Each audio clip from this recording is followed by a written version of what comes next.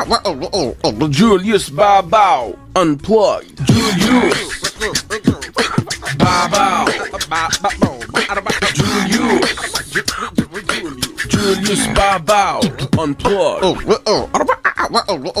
Julius Bow Bow Unplugged.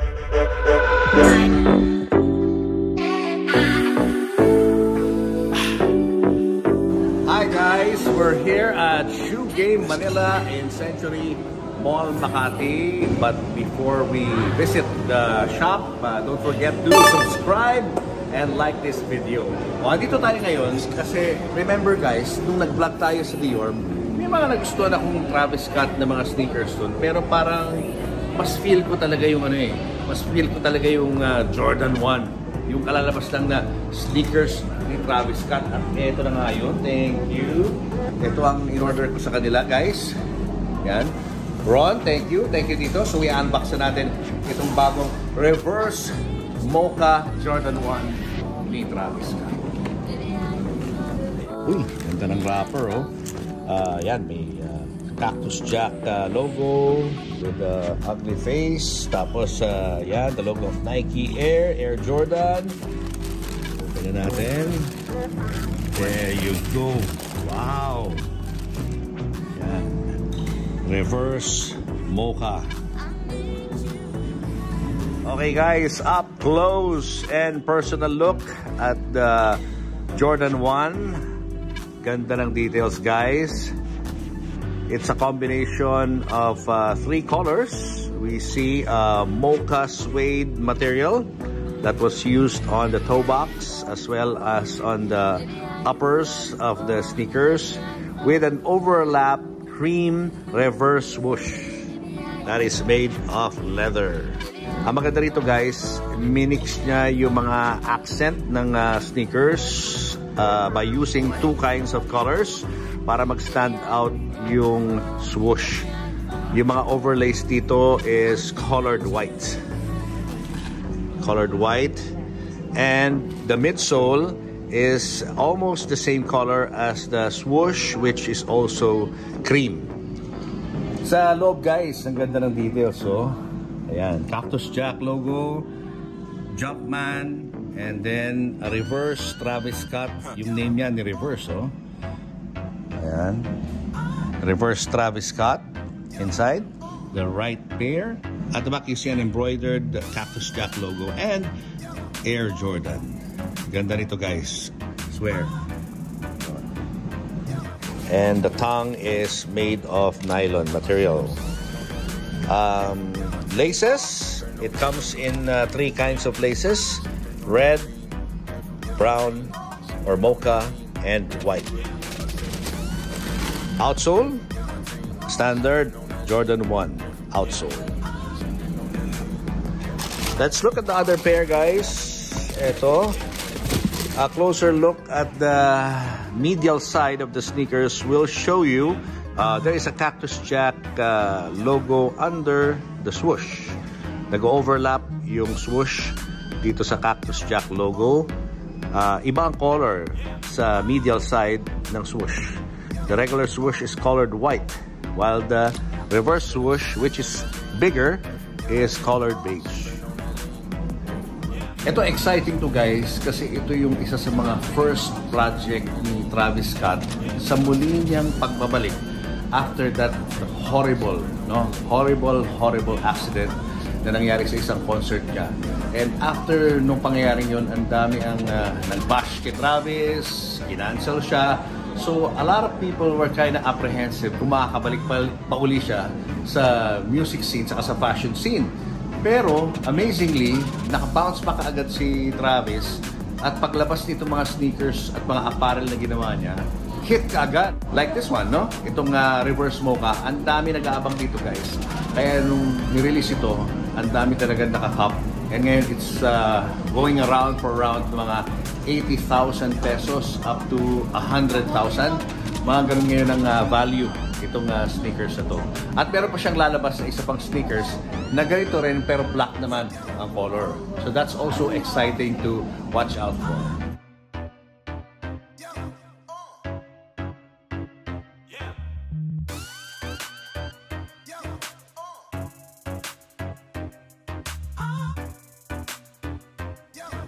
Alright, kasama natin si Melaine, ang isa sa mga sales associate sa Shoe Game. Melaine, tell us about the sneakers. Ano ba ito mga to? Ito sir, this po, Louis Vuitton trainer po, which is cost 85,000 po. Ito orange, and meron pong Louis Vuitton white po, trainer. Then the third one po is Air Force Louis Vuitton, which cost 550,000. Wow! This is mga rare na po itong mga shoes natin. Halos pareho din siya doon sa ibang mga hype na mga sneakers. Yung price hindi nalalayo eh. Mga collab po siya ng Diba? So if you're looking for a closer parang likeness dun sa mga sneakers na LV and Nike na katulad ng pag-aari ni Big Boy Cheng at hindi nyo ma-afford kasi nga 10 million isang sneakers at ang susunod nga 500,000 yung pinakita dito ni Melaine, itong color green na to. Yung mga pinakita sa atin na color red and color blue, but this is color green naman. 500,000. May mga nabenta na ba kayo ganyan dito? Ito lang pa yung white trainer lang po. Louis Vuitton po. 85,000. 85. Pero ito wala pa. Wala pa po. Wala pa kasi nga medyo mabigat, ano? Ayan, the big difference guys is that this is a collab between Nike, Louis Vuitton, and Off-White. Unlike these two na Louis Vuitton lang. Yun ang explanation kung bakit mas less ang price nito than this one. And we all know of course that Virgil Abloh passed away recently. So mas in-expect natin na mas lalong tumaas yung value ng kanyang mga last projects with LV. As you can see, dyan yung mga details ng Off-White. There's a tag na green. Tapos yung kanyang pinaka-material, monogram ang ginamit dito. May mga overlays din siya na monogram sa palibot ng sneakers. Ayan. On the medial side of the sneakers, you'll see the Louis Vuitton for Nike na naka-print lacet sa tip ng lace. We've seen this before, no? Nung nag-unbox tayo sa vlog with Big Boy Cheng, and nabili niya yan, yung dalawang color, red and blue. Pero iba-iba rin ang colors nito. The big difference is that this is just an LV sneakers. Wala siyang collab with Off-White or Nike. So unbox naman natin guys itong gold na colorway ng LV sneakers. Oh, wow! OMG. Look at this guys, no? Grabe. So this is the first time that I'm seeing this.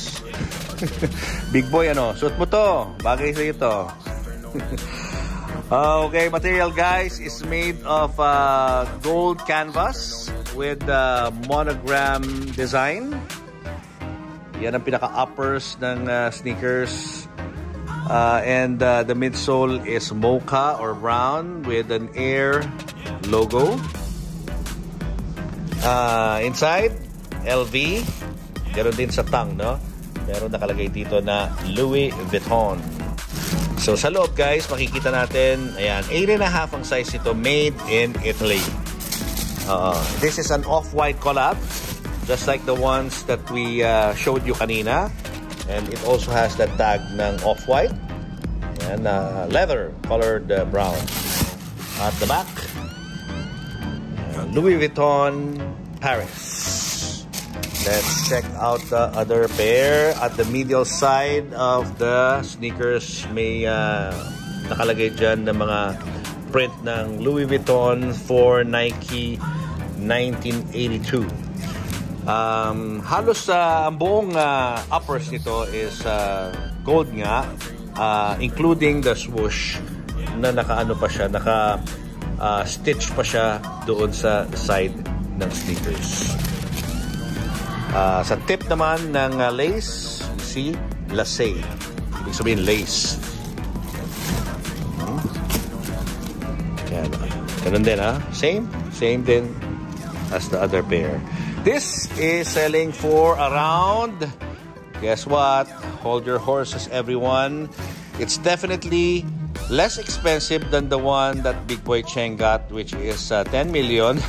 This, you can cop 8.5 for only 600,000 pesos. Ano? Game ba kayo guys? 600,000?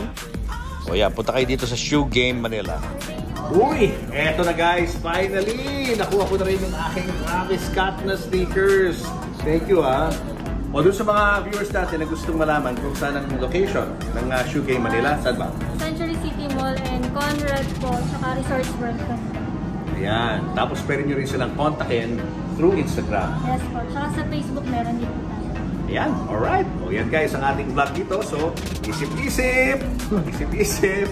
Punta kayo dito sa Shoe Game Manila and also subscribe kayo kay Pristine Babaw's channel sa YouTube. Subscribe kayo guys para may pambili ako ng shoes ni Papu. Ako kasi bumibili ng shoes niya. Charot! Mama Sang. Sugar Mama. Alright guys, bye! Okay, Millie, may boyfriend ka ba? Wala po. Subscribe to this channel, like our videos, and post your comments below. And always hit the notification bell.